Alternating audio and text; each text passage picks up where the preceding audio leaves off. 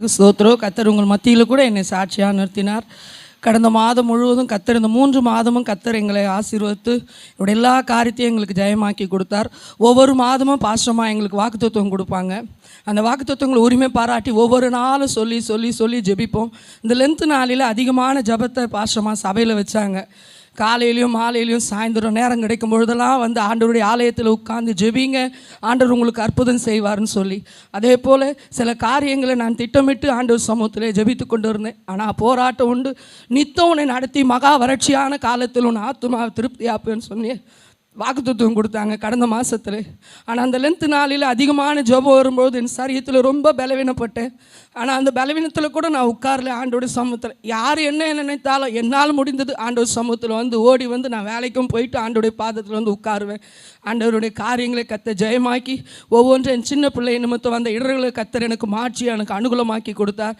என் மூத்த மகன் வாழ்க்கையில் வந்த பலவீனங்களை கத்தர் மாற்றி அவனுக்கு அனுகூலமாக்கி கொடுத்தார். ஏன் சொல்கிறேன்னா, ஓடி வந்து உட்கார்ந்து 10 நிமிஷமோ அரை நிமிஷமோ என்னுடைய அழுகை ஆண்டவர் சமூகத்தில் கொட்டிட்டு நான் ஓடுவேன். கத்தர் என்னுடைய காரியங்களை ஜெயமாக்கி என் வீட்டின் காரியம் கொஞ்சம் சீர்படுத்தாது இருந்தது. எங்கள் மாமாவுக்கு ஆசை, அந்த வீடு தளம் போடணும், ஓட்டு வீடு, எப்படியாவது அந்த வீடை சீர்படுத்தணும்னு சொல்லி அவர் ரொம்ப ஆசைப்பட்டு அதிகமாக அதுக்காக எங்கள் 2 பேருக்கும் போராட்டம் வந்தது. ஆனால் போராட்டத்துலேயும் பிரச்சனையிலையும் சண்டையிலையும் அடியிலையும் கூட ஆண்டவர் என்னை வெட்கப்படுத்தாதபடி அந்த வீடு கடந்த 27ஆம் தேதி தளம் போட என் ஆண்டவர் எனக்கு உதவி செய்ய. அந்த லென்த்து நாள் ஜெபம் எனக்கு ஆசீர்வாதமாக இருந்தது. ஓடி வந்து ஆண்டவர் சமூகத்தில் உட்கார்ந்து நான் எதை ஆண்டவர் சமூகத்தில் உட்கார்ந்து அழுதனோ எல்லாவற்றையும் ஆண்டவர் எனக்கு பாஸ்டமா மூலியம் கொடுத்த வாக்குத்தத்தத்தின்படி ஆண்டவர் எங்களை ஆசீர்வதித்தார்.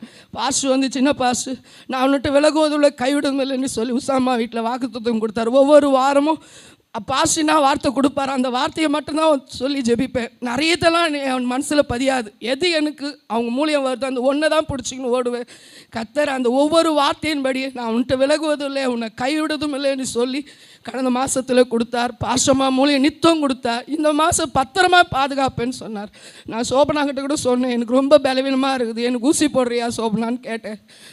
சரிக்கா நீ வாக்கா நீ போ, நான் பார்க்குறேன். நான் அப்போ கூட நான் பணத்தை ஏற்றுமே மெடிக்கல் ஷாப்பில் கொடுத்து நான் வாங்கிட்டு வந்து ஊசி போட்டு எனக்கு என் உடம்பை தெம்பாக்க நான் விரும்பலை.